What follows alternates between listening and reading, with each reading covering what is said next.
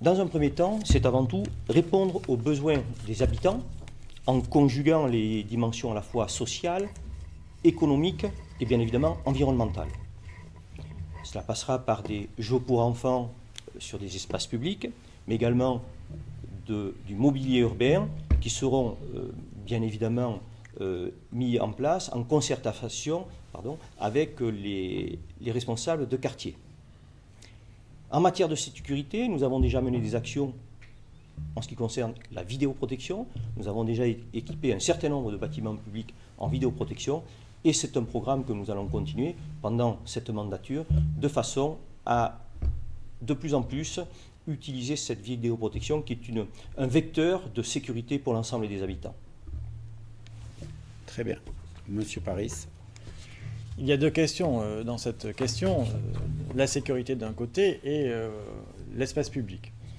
Pour la sécurité, nous avons une proposition qui est de constituer avec la ville de Mont-de-Marsan une police urbaine qui se déplacerait donc à la fois à Mont-de-Marsan et à Saint-Pierre-du-Mont. Comment elle fonctionnerait? Par une convention qui nourrait donc des objectifs et des moyens entre Mont-de-Marsan et Saint-Pierre-du-Mont. Par exemple, nous souhaiterions que dans cette convention soit stipulé que les policiers municipaux interviendraient devant les écoles au moment de l'entrée et de la sortie des élèves pour sécuriser les passages de véhicules et donc protéger les enfants. De même, nous souhaitons que cette police municipale organise des rondes, des rondes dans la commune, dans les quartiers, parce que nous entendons qu'il y a de plus en plus de cambriolages.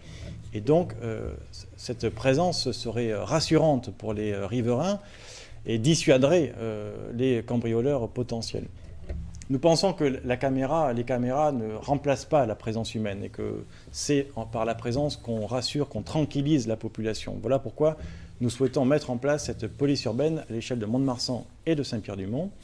Quant aux espaces publics, j'en disais un mot tout à l'heure, nous souhaitons les agrémenter, permettre que ces espaces-là puissent devenir des lieux de vie à l'échelle de la commune.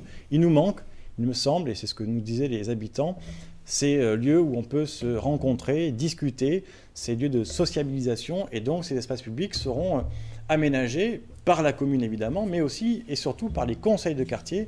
Grâce à leur budget dédié, ils investiront ce qu'ils voudront sur ces espaces-là. Et par exemple, je veux le dire parce que ça fait le lien avec la tranquillité, sur certains espaces verts en proximité d'habitation, les riverains nous ont dit se plaindre du bruit de certains jeunes ou autres qui viennent se garer avec des véhicules sur ces espaces verts-là, qui restent la nuit entière à discuter, à écouter de la musique. Eh bien, dans ce cadre-là, dans ce budget qui serait alloué au conseil de quartier, on pourrait installer du mobilier urbain empêchant les véhicules de venir stationner sur ces espaces verts et donc tranquilliser la population. C'est pour nous un élément très important.